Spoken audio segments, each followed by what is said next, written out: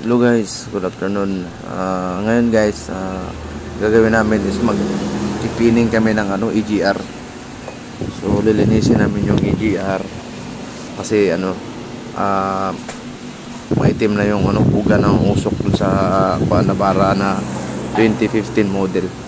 So bali matagal-tagal na rin dito nalinisan. So ayan, linisin namin. Bali baklasin namin yung EGR na yan, linisin namin. So ang gamit lang namin na panglinis is yung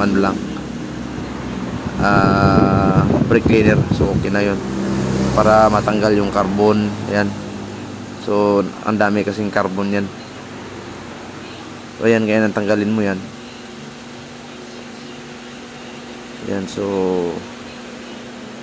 ang pag magpalinis kasi kayo ng EGR is medyo mura lang naman yung labor. Kasi pag hindi ka nagpalinis ng EGR, magiging mausok yung sasakyan mo at saka low power siya. So ibig sabihin marami ng carbon. So yun ang kagandahan sa pag naglinis. So simple lang naman linisin yan, na matanggalin mo. Tapos tanggalin mo yung cover.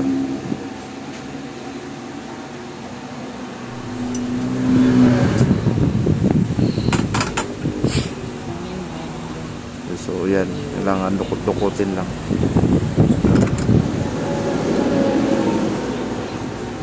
Yun ang kuan sa EGR. Ayan sa inyo, palinisan nyo na yung EGR nyo.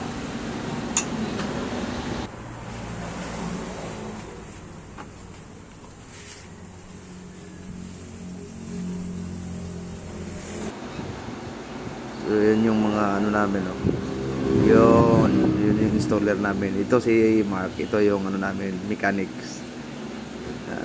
Diba? Magaling sa dukutan yan si Mark, yun. So yun, binalik na namin. So ang sabi niya, mahirap daw dapat mahirap dukutin, so kailangan tanggalin yung radiator. So yan, tinanggal na rin namin yung exhaust engine filter.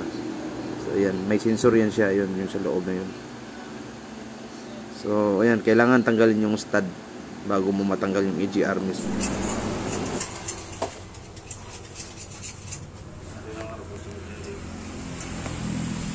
Kapondo ng